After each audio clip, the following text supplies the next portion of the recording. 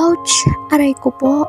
Mas masakit pa talaga ito kaysa sa breakup ninyo at pati na rin nung nalaman mong pinagpalit ka kay kumari mo.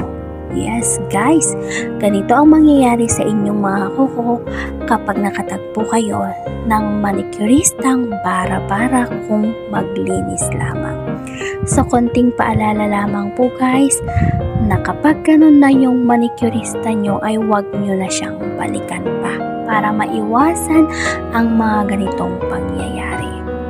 Kapag sa unang beses pa lamang ay alam na ninyo na bara-bara siya maglinis ay huwag nyo nang ipilit pa para naman maiwas kayo sa ganitong pangyayari. Masakit ito guys at mas masakit pa talaga ito sa breakup ninyo. Napahugot pa tayo dito. But anyway guys, konting paalala lamang na kapag ang inyong manicurista ay magaan ang kamay, marunong magtanggal, ay huwag nyo nang ipagpalit pa. Kasi kapag iisa lamang ang inyong manicurista ay alam na niya ang history ng inyong mga kuko. So maiiwasan yung ganitong mga pangyayari.